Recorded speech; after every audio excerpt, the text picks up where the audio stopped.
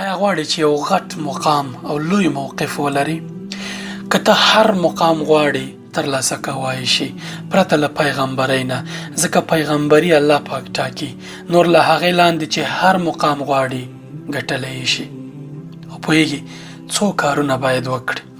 یو باید هدف پاک وټاکي، بل دا چې زحمت وباسي، ممارست وکړي، تمرین وکړي. هیڅ مقام داسې نشته دی له هغې پرته چې یاد مې کړ چې ته ورته ونه رسېدلی شي. ته هر مقام ته رسېدلی شي.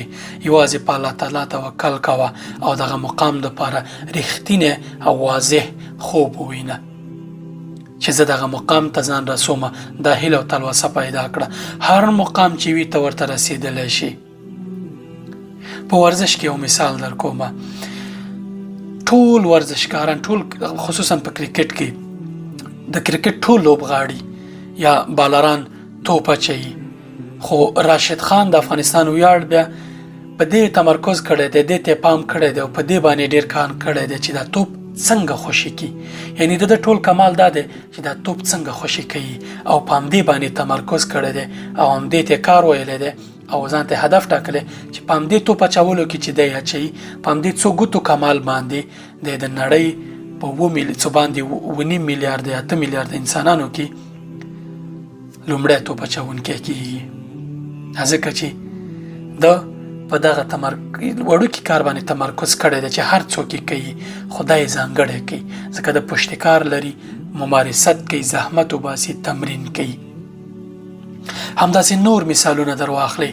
هر هغه انسان چې یو مقام ته رسیږي تر شا یې شپې رڼې کړې وي، زحمت یې ویستلی وي، خوله یې تویه کړې وي.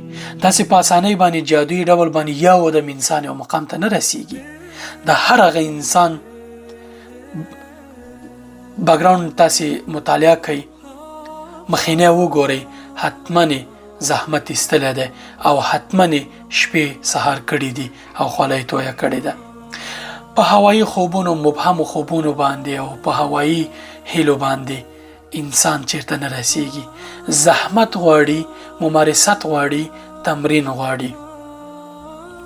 کله چې مو هدف ټاکه، رښتینی هدف وټاکئ چې تاسې کوای شي، امکاناتو ته په کتو، حالاتو ته په کتو، خپلې حوصلې او انرژي ته په کتو ځان ته هدف وټاکئ او زحمت ورته وباسئ. داسې هدفونه ټاکئ چې له عهدې وتلی شئ. تاسې کولی شئ هغه خوب چې تاسې وینئ، هغه هیله چې لرئ ورسیږئ. هر هغه مقام چې تاسو غواړئ ترلاسه کولی شئ پرته له پیغمبرۍ، ځکه دا زحمت ته ضرورت لري. هر هغه انسان چې په ژوند کې ډیر کار کوي، زحمت وباسي، په ښه طریقو باندې له خپل انرژي استفاده کوي، هغه حتما مقام ته رسیږي. په تا کې، په ما کې، په ټولو انسانانو کې دا وړتیا شته ده چې ځان یو مقام ته ورسوي، چې هر څومره لوړ مقام وي، خو زحمت او تمرین او خوله تویول غواړي. هر مثال چې تاسې ګورئ، تر شا یې مطالعه وکئ، مخینه وګورئ، حتما به په زحمت باندې دوی یو چیرته رسېدلي. خپل هدف ته رسېدو دپاره وخت ځانګړی کړئ او تمرین کوئ او زحمت وباسي. بې تمرینه، بې زحمته ډېر نادره خبره ده چې یو څوک د یو چیرته ورسېږي.